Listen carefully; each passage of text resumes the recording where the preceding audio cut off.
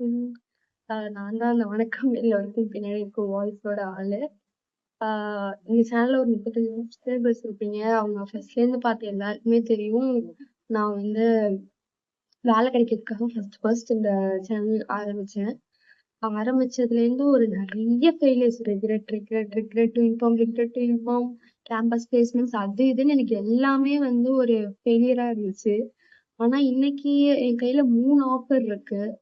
நான் சொல்ல வர்றது என்னன்னா, எப்பவுமே வந்து உங்களோட ஹோப்ப மட்டும் விட்டுறவே விட்டுறாதீங்க. அதுதான் என்னைக்குமே உங்கள அடுத்தடுத்த ஸ்டெப்க்கு மூவ் பண்ணிட்டே இருக்கு.